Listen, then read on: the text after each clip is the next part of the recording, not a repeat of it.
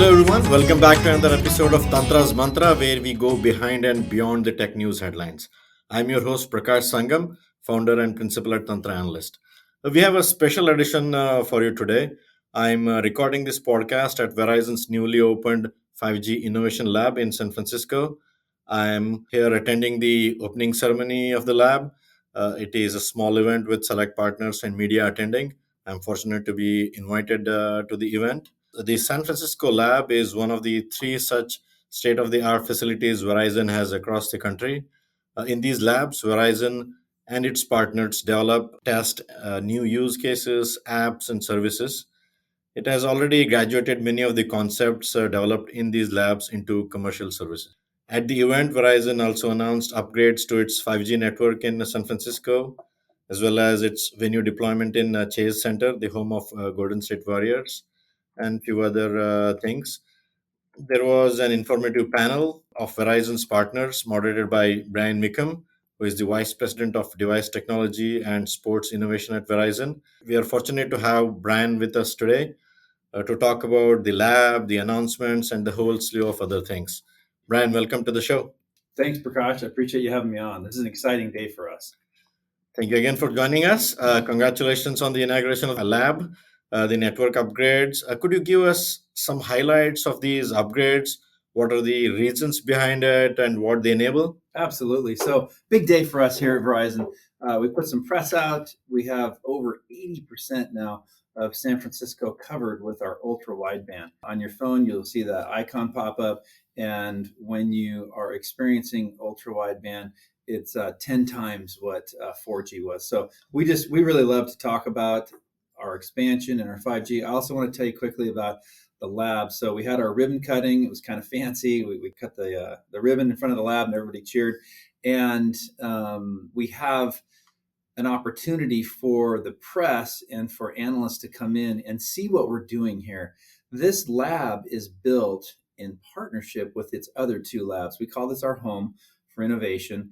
And what we're capable of doing here is taking anything, any space from our core to our edge compute to any style of radio connection or radio environment, and we can simulate it in our labs and in our closed off, they call them a Faraday cage, in our closed off labs. So you can come in and a business can come in and trial anything they want to do. They can get creative.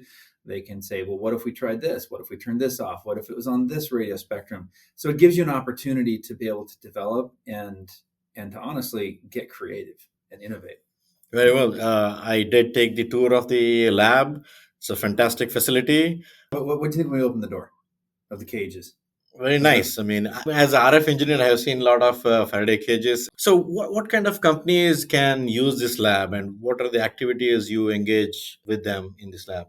Yeah, so any and all are welcome to come in. We're looking for businesses that want to incubate ideas and try things that they can't accomplish or they're worried about doing on a commercial network. And so maybe they're not sure about the quality of their software or the quality of the connectivity or the distance or a radio or what we call RF use case that they're just not able to accomplish because they don't have control over the commercial network. So they can come in and they can say, hey, can we try this? Or what would happen if there was a fail in the middle of data being transferred or something was being encrypted?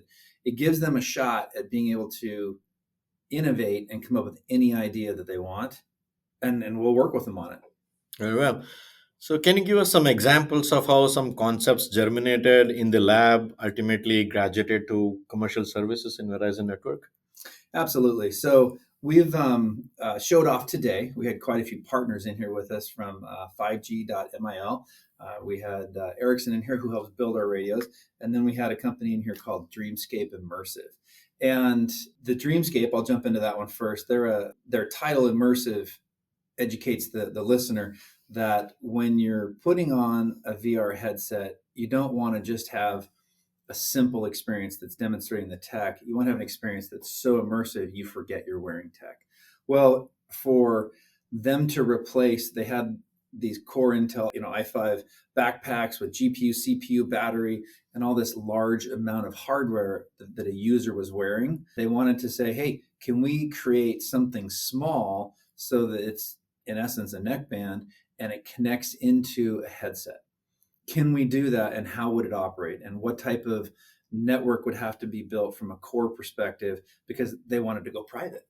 So they wanted to do a private network with all of the CPU and GPU being gravitated up to the cloud. Well, that gave us an opportunity to go tackle a problem. So that was one of the ones that was pretty cool to see, pretty exciting to experience. One of the ones that we're doing with Lockheed Martin is being able to take and switch back and forth between the public network and private military networks, as well as something we demonstrated that was really cool, and almost all the press took a picture of it, was this core on a backpack. So probably lots of listeners have seen or watched movies where there was somebody within an infantry group who had the big radio. And that was the one that the battlefield commander would always want by their side so they could communicate back with headquarters or command to tell them what was going on. Well, imagine now a soldier wearing an entire core and the ability to radio broadcast and the ability to have everything communicate devoid of connectivity. So it creates its own connectivity. And we showed that off today. It's something that we're trialing. It demonstrates the ability for an infantry group to go out into the battlefield, and they can interconnect all of the soldiers, and they can have all the same type of connectivity they would have if they were connected to the commercial network. So that was pretty cool, wasn't it? Yeah, indeed. I mean, when you talk about a cellular network, usually people think, large racks of, exchanges, big radios, lot of large antennas, towers, and so on. But miniaturizing all of that into a backpack, Right. to have your own network, I think that is really fascinating. I mean, we have talked about it for a long time, but actually seeing that happen right now in typical commercial, in this case, defense use cases, is really interesting. I mean, we do it. So just to give you some perspective, we've launched 5G five years ago. We've had our labs, and we used to say, here's the art of what's possible. And we would demonstrate that, and people would come in and they would see things. For example, one of the use cases that used to get a lot of traction was remote surgery. Well, today we're showing the art of what's practical, right? So there's not really a whole lot of remote surgery happening at this point, but we're showing the art of what's practical. We, for example, when there's a massive disaster from Mother Nature, whether it's a fire or a hurricane, we have this truck, this network on wheels that can blossom and connect, and it can provide a network to firefighters or to first responders who are going in to help rescue people from a flood or a tornado. And this big, huge red truck, it was recently on TV, and it was in a series that Rob Lowe's in on Fox. You can definitely check it out. But the point is, we can deploy, and we can run these networks out, and we can at Verizon we say we run to a crisis. We can put these out there, and we can do things we never had the opportunity to do before. And to your point, now we've taken that all the way down to just a backpack. And so that innovation, that just doesn't happen unless if you get people sitting around and like, what do you think we can do? Indeed. So I checked out the Thor vehicle during Super Bowl Super Bowl in Los Angeles. In Los Angeles. Yeah, so it's pretty impressive. Yeah. All right. So it's people have to check it out, really believe it. I think until you see it, you just don't really understand what's going on. But to be able to take the entire Verizon commercial network, $180 billion we've spent over the years building up this massive network, to put it in a truck and to roll it up and then blossom it for a bunch of firefighters, that's innovation. And taking that to a backpack. Even more innovative, right? For the military, for their use case, being able to miniaturize it and have all that compute and communication capability from a person wearing a backpack. Get out of here! Like, that's just awesome. Yeah, and these use case they talked about with Dreamscape and Lockheed Martin. What stage of commercialization they are? Are they still trials? Are they going into utilization soon? That's a great question. The Dreamscape is opening up in retail in a couple of weeks down in Los Angeles, at Santa Monica Mall. And the intent is to take it from trial there, then go into a commercial environment. And Thor, you referenced the truck. We use that regularly. That's why we roll it out and deploy it to high-profile events so we can get some visibility for it. As far as the backpack, that's still being worked on with Lockheed Martin.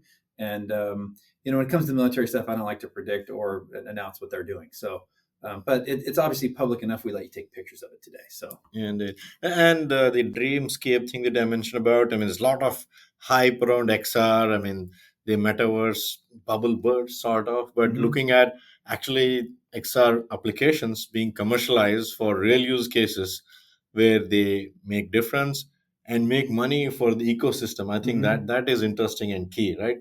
So far, in my view, metaverse was more of a hyperbole or what things could be, but here I think we have something that is real and in flesh and Yeah, blood, and people can use it in yeah. commercial setting. I think what you're addressing is that a lot of times we've seen the tech get built and then we try to build use cases around it. Hmm. And I think that's what you've seen a lot of in VR these days. The difference with Dreamscape is they built entertainment as well as education, and then they needed the technology to come to it. So it was an awesome opportunity when they brought it to us because they had already a use case and they were already in a retail environment and they were actually already at Arizona State University and they were already using the technology. Hmm. What they wanted was the ability to graduate away from heavy backpacks, from heavy hardware, from heavy battery. They needed that compute capability, they needed that low latency, and they needed the ability to connect fast, easy, and just make it work. And Hmm. a lot of people say that, but we now have an incredible entertainment and incredible education use case that needed technology. And that's why I think today, for the listeners, there was a lot of people that got off the couch and like, hey, I see why now. This is actually pretty cool. Very nice. And on the same line, so 5G, first wave of 5G, I would call, is kind of almost complete now, right? I mean, of course, the deployments are still happening, but in the Western markets, the first wave of 5G, which was primarily providing enhanced mobile broadband to Mm-hmm. smartphones, is kind of towards completion right now. So then, which opens up opportunity for next wave of 5G, which I would call, with a lot of exciting use cases, applications, services that we've been talking for a very long time. So We have. some of the things we saw today. What other things are in process for Verizon? Yeah, good question. So I think what you were alluding to a little bit earlier was initially 5G rolled out, and 5G, people needed to get used to it. They needed to understand what it did. When you think back about how 4G was enabling, a lot of people call it the gig economy, where you had YouTube accessible, now mobile. In fact, an entire generation now consumes YouTube on their mobiles versus on computers. And then when you think about Uber or Lyft or some of these apps where people needed to be able to communicate in quick time and be able to share the location and be able to share where they were going to go and set up an arrangement for payment, all of that was enabled with 4G. That was awesome. Hmm. Well, 5G had to come roaring in. It had to show off what it could do. Initially, people were so enamored with the speeds because you can get faster throughput plus 1 gigabit speeds and more on just your handset. And they're like, oh, that's so awesome. Well, what can I do with it? I think that's what your question Hmm. is what can we do with really low latency? Because prior to 5G, no one really thought about low latency unless if you were in a manufacturing facility. Hmm. So I think what's happening with 5G now is because it's so ubiquitous, it's on smartphones. People can do augmented or virtual reality things on their devices. They can hotspot off of it and do video in a way they couldn't do on 4G. So what's happening now is because the education is going up, I think people are starting to see it prolific get out there as far as the coverage.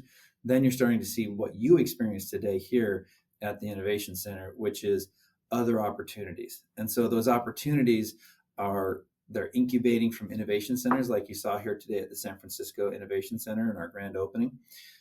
There's opportunities that are coming from different spaces in industrial complex. So the industrial world really wants to be able Hmm. to have flexibility and they want to also do more than Wi-Fi can allow for. So on the panel today, you probably heard some of that being discussed, that there are use cases that only 5G will satisfy.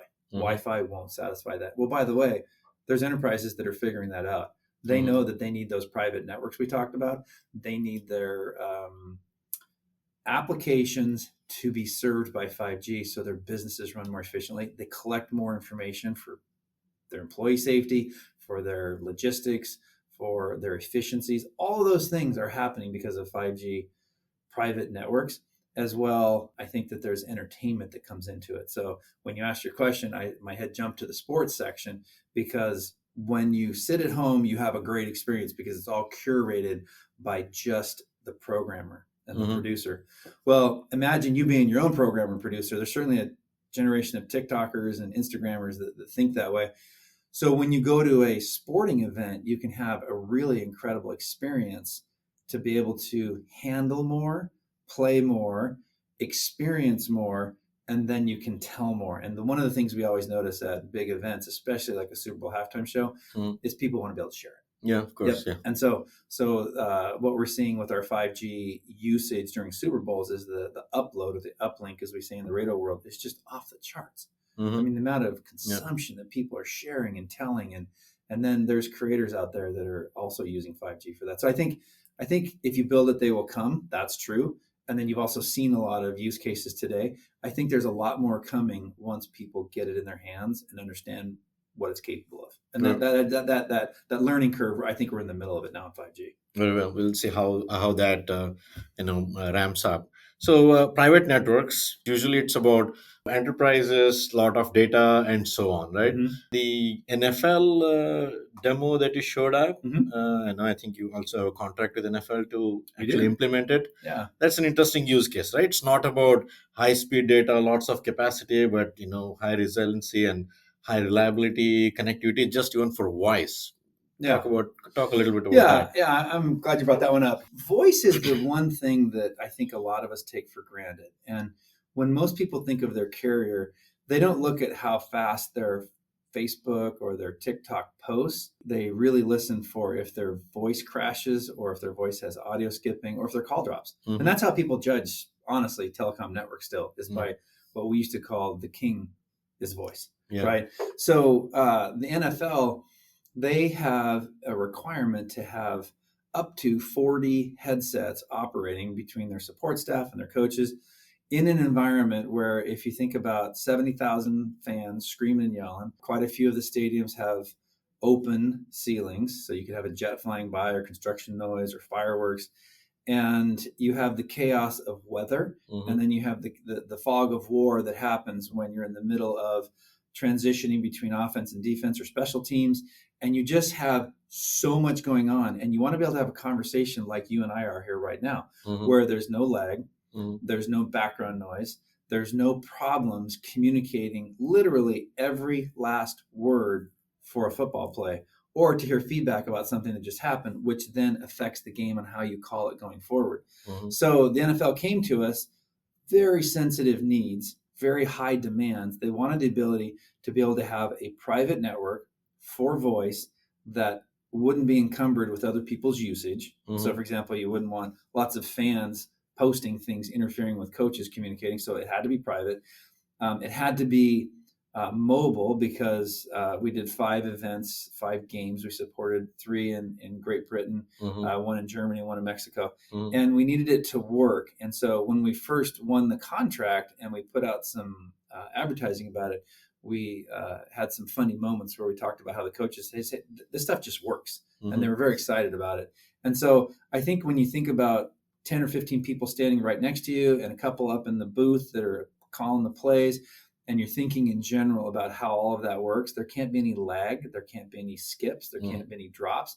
You have to have very solid voice, and you can't have delay with the lips, because sometimes they're looking at each other, they're standing there. So that use case, we determined we would use our own antennas for it. We would use our own private network, and then we would set up the ability for coaches to have perfect, no mistakes. NFL coaches are a very sensitive bunch.